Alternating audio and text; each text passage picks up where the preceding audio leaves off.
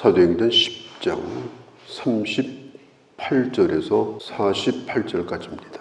고넬료가 베드로를 초청해서 하나님의 말씀을 듣고자 할 때에 베드로의 발 앞에 엎드려서 입을 맞추며 하나님의 음성을 들으려고 당신을 초청했노라고 그렇게 말을 합니다. 사실 고넬료와 베드로는 만날 수 없는 사람이에요. 하나는 유대인이고 하나는 이방인이고 하나는 갈릴리의 어부고 하나는 로마 군대가 있는 그 부대의 백부장입니다. 이 두 사람이 만날 가능성은 그냥 없다고 봐야 됩니다. 그런데 하나님께서 만나게 해주신 거예요. 우리가 살면서 이렇게 만나는 사람들이 있어요. 전혀 생각지도 않았던 사람을 만나고 또 그들과 대화를 나누게 되고 그들에게 복음을 전할 수 있는 기회를 얻었을 때 우리는 이 장면을 생각해 봐야 됩니다. 그 사람도 나를 만날 일이 없고 나도 그 사람을 만나고자 하지 않았는데 만나게 된 거예요. 우연일까요? 하나님의 특별한 섭리가 있어서 하나님께서 그런 기회를 주셨다고 생각해 보면 그 기회가 얼마나 중요한 기회입니까? 그걸 그냥 놓칠 수가 있겠습니까? 그 사람이 뭐 이방인이다, 아니 뭐 갈릴리 어부다, 그런 얘기를 입에 담을 수가 있겠습니까? 하나님의 은혜로 여기고 하나님의 섭리로 여기고 듣고 본 바를 말하는 것, 그렇게 해야만 된다. 우리는 그런 만남 속에서 사람들을 붙여주시는 거예요. 그래서 이 베드로 같은 마음, 나는 예수의 증인이다, 이 마음을 잃어버리지 않고 사는 것이 대단히 중요합니다. 베드로는 이제 입을 열어서 복음을 전하기 시작해요.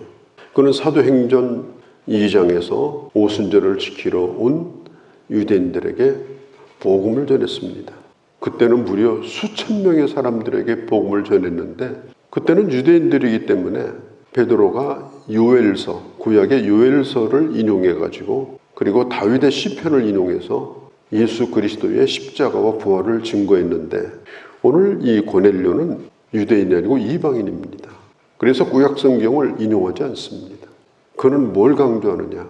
우리가 보고 들은 사람이다. 이건 꾸며낸 것이 아니라 우리가 증인이다. 하나님이 특별히 우리를 증인이 되라고 선택하셨고 여기에 당신들 앞에 나를 보낸 거다. 그러면서 뭘 얘기하느냐? 예수님의 십자가와 예수님의 부활을 증거합니다. 예수 그리스도의 재림과 심판까지 증거하는 것을, 복음을 전하는 방식은 좀 달라요. 대상에 따라서. 그렇지만 복음의 결론은 똑같습니다. 복음의 내용은 예수님의 십자가와 예수님의 부활. 우리도 마찬가지입니다. 복음을 듣는 대상이 다양하기 때문에 그 복음에 접근하는 방법, 그 방법은 사람들에 따라서 다르게 할 필요가 있다. 그걸 오늘 이 장면에서 볼 수가 있습니다. 베드로가 두 가지를 깨달아요. 첫째는 하나님은 사람을 외모로 취하지 않는다. 뭐 그 사람의 피부색이라든지 그 사람의 문화라든지 그런 걸 보고 하나님은 그 사람을 택하든지 버리든지 기준으로 삼지 않으신다. 또 한 가지는 하나님을 경외하며 의를 행하는 사람, 그 사람을 하나님은 누구든지 다 받으신다. 이 베드로가 이 두 가지를 깨닫게 돼요. 지금 베드로는 새로운 것에 눈을 뜨기 시작하는 거예요. 베드로는 심지어 예수님에게 3년 동안 훈련받았어요. 뭐 제자 훈련 몇 주 과정 그런 얘기가 아니에요. 예수님하고 3년 먹고 잔 사람이에요. 그리고 특별한 장소에 예수님은 항상 베드로를 거기에 입회시켰어요. 보고 들으라고. 예수님의 십자가 부활 다 본 증인이에요. 그럼 다 된 걸까요? 아직도 베드로는 멀었어요. 사람은 평생토록 변해야 됩니다. 생긴 대로 살면 안 돼. 바꿔줘야 됩니다. 자신을 바꾸도록 노력해야 됩니다. 그가 예수님의 수제자임에도 불구하고 예수님의 부활 승천하신 다음에 얼마나 많은 변화를 가져옵니까? 많은 사람들에게 욕도 먹고 책망도 받았어요. 심지어 바울에게 책망도 받았습니다. 베드로가 이방인하고 밥을 먹었어요. 큰맘 먹고 먹은 거죠. 베드로는 이방인하고 밥 먹는 사람이 아니에요. 철저한 유대주의자입니다. 그때 예루살렘에서 누가 왔다는 소식을 들었어요. 그 말은 뭐냐면 베드로를 잘 알고 있는 사람들이 왔다는 소식을 듣고 베드로가 밥을 먹다가 뒷문으로 도망가 버렸어요. 밥 먹는 데까지는 마음을 열었는데 그걸 다른 사람에게 공개하고 싶지 않았던 거예요.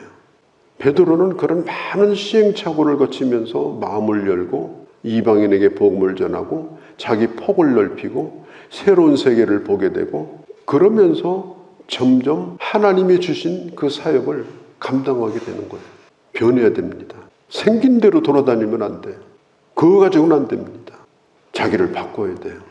그래야 복음의 사람으로 쓰임을 받습니다. 이 시대에 새로운 사람을 만나면서 쓰여지는 예수의 증인이 될 수가 있는 거예요. 지금 베드로는 그 길을 지금 걷고 있는 겁니다. 멋내고 다니는 사람이 아니고 멋있는 사람이 돼야 돼요. 멋낸다고 되는 게 아닙니다. 멋있는 사람 자체가 되어야 합니다. 폼 재고 다닌다고 되는 게 아니에요. 폼은 재봤자 아무것도 아니에요. 그 사람 스스로가 폼이 나는 사람이 돼야 돼요. 그렇게 되기까지 우리 자신을 끊임없이 변화시켜야 됩니다. 우리가 그러려고 말씀 듣고 그러려고 기도하는 거 아닙니까? 기도는 왜 하는 겁니까? 하나님의 뜻을 묻고 그 뜻 앞에 내가 무릎을 꿇으려고 기도하는 거 아니겠습니까? 그러면 그렇게 하셔야 되는 거예요. 지금 베드로는 그 길을 가고 있는 거예요. 다 받으시는 줄을 내가 알았습니다. 누구 앞에서 그 얘기하는 거예요? 말씀을 들으려고 이제 앞에 앉아있는 고넬료에게 그 얘기를 하는 거예요. 먼저 믿은 사람, 누군가를 가르치는 사람, 일을 많이 해봤던 사람, 이런 사람이 자기 스스로가 지금도 나는 되어져 가고 있는 중이고 나는 아직도 깨닫는 중이고 나는 지금도 변화를 추구하는 사람이라고 자기 자신을 인정하는 것이 쉬운 것이 아닌데도 베드로는 고넬료 앞에서 그 사실을 인정합니다. 자기를 하나님의 종으로 인정하고 발에 입을 맞추고 있는 그 사람에게 내가 당신을 만나러 여기까지 오는 데는 내가 이런 일들을 많이 겪으며 내가 깨어지고 부서지며 여기까지 온 겁니다. 내가 그런 사람입니다. 내가 옛날에 잘 모르고 했던 일들이 너무나 많았고 이제서 내가 깨닫고 있습니다. 얼마나 내가 말씀을 허술하게 전했는지 얼마나 하나님의 일을 한다고 편협하게 해왔는지 이제서 내가 깨닫습니다. 오라요. 깨달아야죠. 바꿔줘야죠.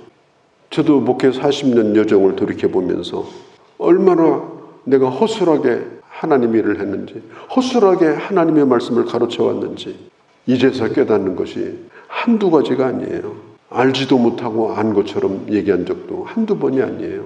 끊임없이 깨달아가야 되는 겁니다. 그래야 하나님이 오늘을 살게 하시는 그 하나님의 뜻을 오늘의 사람으로 사명을 감당할 수가 있는 겁니다. 내가 이런 사람입니다. 내가 다 된 사람이 아니니까 나를 위해 기도해 주십시오. 나는 기도가 필요한 사람입니다. 앞에서 일하는 지도자는 그 말을 할 수가 있어야 되는 거예요. 내가 부족한 사람이니까 나를 위해 기도해 달라고. 내가 지금 잘 하려고 하고 있다고. 당신의 기도가 필요하다고. 지금 이 고넬료는 로마의 군인이에요. 그런데 그가 유대교로 개종을 했어요. 이것까지는 가능해요. 그런데 예수는 믿으면 안 됩니다. 로마 군인으로서 예수 믿는 건 이건 법을 어기는 거예요. 왜냐? 예수는 누가 죽였느냐? 자기 상관인 총독 빌라도가 죽인 거예요. 빌라도가 재판을 해가지고 집행을 한 게 예수님의 십자가 죽음이에요. 자기 상관이 결정하고 행한 일은 불법이다. 예수님을 십자가에 못 박은 것은 죄다. 그 예수를 나는 믿는다. 이건요, 로마 군인으로서 모가지를 걸고서 해야 되는 얘기입니다. 이건 보통 일이 아니에요. 고넬료가 예수 믿는다. 모든 걸 다 잃어버릴 각오를 가지고 해야 되는 일이에요. 그런데 고넬료는 그 결단을 합니다. 예수 믿겠다고. 베드로가 로마 군인인 당신도 예수 믿어야 된다. 내가 증인이다. 나는 예수님을 모셨던 사람이고 예수님의 십자가와 부활을 나는 본 사람이다. 그 증인 가운데 한 사람이 바로 나이다. 42절에 이 사람인 것을 증언하게 하셨고 베드로는 철저하게 예수님을 증거합니다. 거기 뭐 다른 윤리, 도덕, 예수 믿으면 뭐가 좋다더라. 한마디도 없어요. 오로지 베드로의 메시지는 예수 그리스도의 복음입니다. 그리고 예수 그리스도가 재판장이 되셔서 이 세상을 심판하신다. 하는 것까지 증거하게 됩니다. 43절에 그 이름을 힘입어 믿는 자들이 다 죄사함을 받는다 하였느니라. 당신도 이 예수를 믿으면 죄사함 받고 하나님의 자녀가 될 수가 있다. 예수 그리스도는 유대인만 믿는 메시아가 아니고 당신의 메시아다. 베드로가 이걸 증거합니다. 한참 말씀을 증거하고 있는데 그때 44절에 듣는 모든 사람에게 성령이 내려오셨습니다. 성령은 말씀을 듣는 중에 임하시는 영입니다. 말씀 없이 성령을 따라가면 신비주의에 빠집니다. 그래서 말씀과 성령은 언제든지 함께 역사합니다. 우리는 말씀을 연구하는 게 아니에요. 성령이 함께 하심으로 그 하나님의 말씀이 내게 깨달아지는 거예요. 내 말씀으로 와 닿는 거예요. 내게 생명의 양식으로 내 안에 들어오는 거예요. 그렇게 되려면 말씀을 듣는 시간에 성령이 역사해야 돼요. 성령님은 언제 임하느냐? 말씀을 들을 때 임합니다. 말씀과 성령은 항상 함께 역사합니다. 말씀 충만이 성령 충만이요? 성령 충만이 곧 말씀 충만입니다. 오늘 성경이 그것을 가르쳐주고 있어요. 이방인에게도 성령이 임했다는 사실.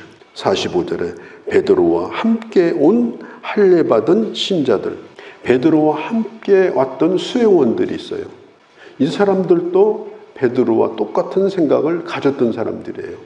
이방인들에게는 하나님이 더 엄하게 하실 거다. 이방인들은 예수 믿기가 쉽지 않을 거다. 하나님께서 까다롭게 하실 거다. 그런 생각을 가졌는데 사도행전 2장에서 자기들이 경험했던 성령의 역사, 성령 충만이 임하고 방언이 임하고 그런 일이 똑같이 고넬료의 집에서도 일어난 거예요.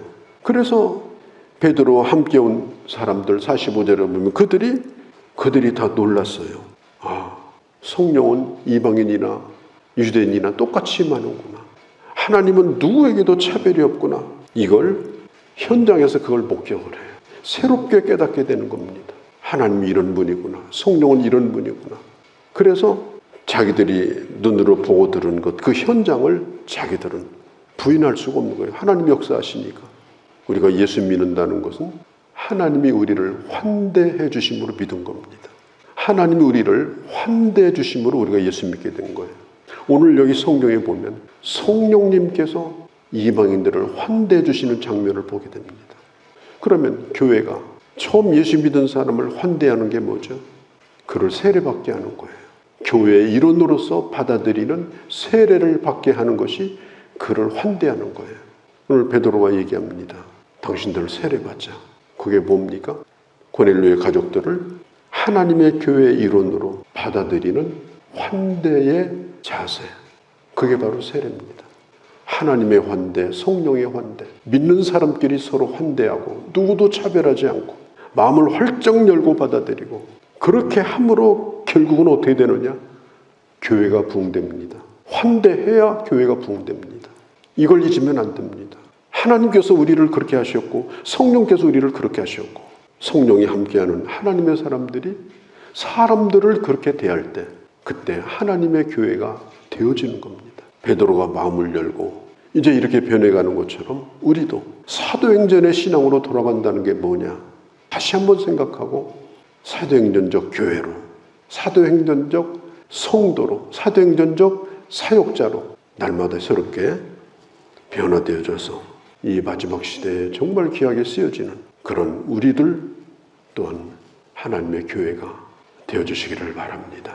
거룩하신 우리 아버지, 베드로는 오늘 또 부서지고 오늘 또 깨닫고 그리고 깨달은 대로 또 실천하고 이제는 고넬료의 가족들이 성령 받고 세례를 주겠다고 그렇게 제안을 하고 은혜 받은 사람들이 베드로가 떠나지 않기를 기다리며 또 은혜 받은 사람이 베드로를 환대하고 그러면서 부흥이 이루어지고 하나님 나라 확장이 이루어지는 이 아름다운 한 장면을 봅니다.